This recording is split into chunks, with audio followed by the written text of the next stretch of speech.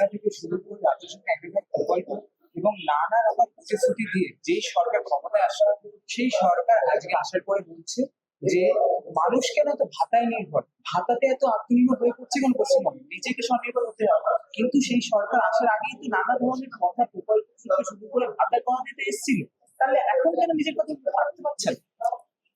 প্রথম কথা, আমাদের রাজ্যের যে অর্থনীতি এবং দেশের অর্থনীতি ভেঙে পড়েছে। কারণ আমাদের বাংলার এবং দেশের বেকারের হাতে কাজ নেই। প্রতিদিন কর্মসংস্থান সংকুচিত হচ্ছে। কর্মসংস্থান শুধু একটা কর্মসংস্থান নয়, কর্মসংস্থান দেশের অভিমুখ ঠিক করে। তাহলে ভারতবর্ষে রাষ্ট্রায়ত্ত সংস্থাগুলো বন্ধ হয়ে যাচ্ছে, রেলে নিয়োগ বন্ধ, এমনকি স্বরাষ্ট্র দপ্তরে নিয়োগ বন্ধ,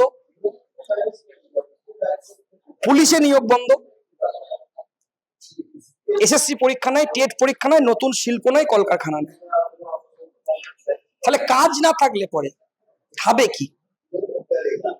এখন নতুন প্রজন্মের ছেলেদের প্রতিদিন হাত খরচ বাড়ছে। আজ থেকে 15 বছর আগে প্রতি মাসে 300 টাকা 400 টাকা অ্যান্ড্রয়েড ফোনে রিচার্জ করতে হতো না, এখন রিচার্জ করতে হয়। তাহলে এই নতুন ছেলেরা তারা কিভাবে চলবে? আর তাদেরকেই তো স্বপ্ন দেখিয়েছে এই রাজ্যের সরকার, এর আগের রাজ্যের সরকার। ভাতার কথা, 3000 টাকা ভাতার কথা, যুবশ্রীর কথা, অন্নপূর্ণা ভান্ডারের কথা, একটার পর একটা প্রকল্পের কথা। কিন্তু আজকের সময়ে দাঁড়িয়ে আমরা দেখতে পাচ্ছি না, যার ফলে আমাদের মনে হচ্ছে দেশের কর্মসংস্থান বিমুখ দেশ এবং রাজ্যের সরকার চলছে। কর্মসংস্থান ছাড়া এই দেশ এবং এই বাংলা বাঁচানোর কোনো রাস্তা নেই।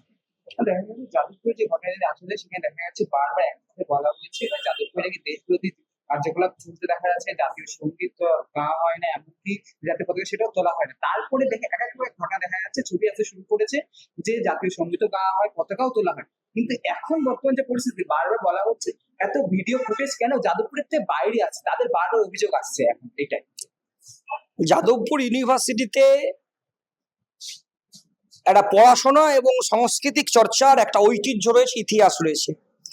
যারা ইতিহাসকে বিকৃত করতে যায়, যারা ভারতবর্ষের ইতিহাসকে বিকৃত করতে যায়, যারা দেশের জাতীয় পতাকাকে অবমাননা করতে চায়, যারা দেশের সংবিধানকে অবমাননা করতে চায়, আমাদের জাতীয় সঙ্গীত জনগণ মন আজ থেকে বহু বছর আগে ঠিক হয়েছে, তাকে যারা অবমাননা করতে চায় তাদের বিরুদ্ধেই লড়াই।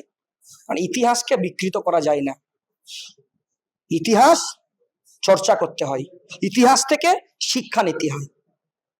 কিন্তু আজকের আরএসএস এবং এ রাজ্যের বিজেপির সরকার স্বাধীনতা আন্দোলন ইতিহাসকে বিকৃত করতে চাইছে।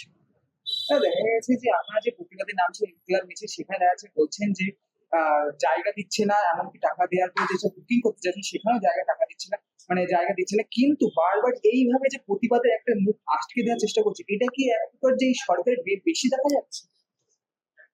এ ভারতবর্ষের স্বাধীনতা আন্দোলনের সময়ও তারা চেষ্টা করেছিল এই দেশের মানুষের কণ্ঠস্বরকে বন্ধ করতে। মিরাট ষড়যন্ত্র আইন নিয়ে আসা, রাওলাট আইন নিয়ে আসা, আজকে গুন্ডা দমন আইন আনতে চাইছে। কোনো আইনই বাধা মানবে না। মানুষ সংগঠিত হচ্ছে, মানুষ ঐক্যবদ্ধভাবে জবাব দেবে। আজকে দিনে দাঁড়িয়ে যে একের পর এক যেভাবে হচ্ছে অর্থনীতি ভেঙে পড়ছে এবং জিনিসপত্রের দাম বাড়ছে, সেইখানে দাঁড়িয়ে যখনই যেখানে জিনিসের দাম বাড়ছে তখনই একটা না একটা কোনো ওদের বাহানা তৈরি হয়ে যাচ্ছে বিজেপি সরকারের থেকে।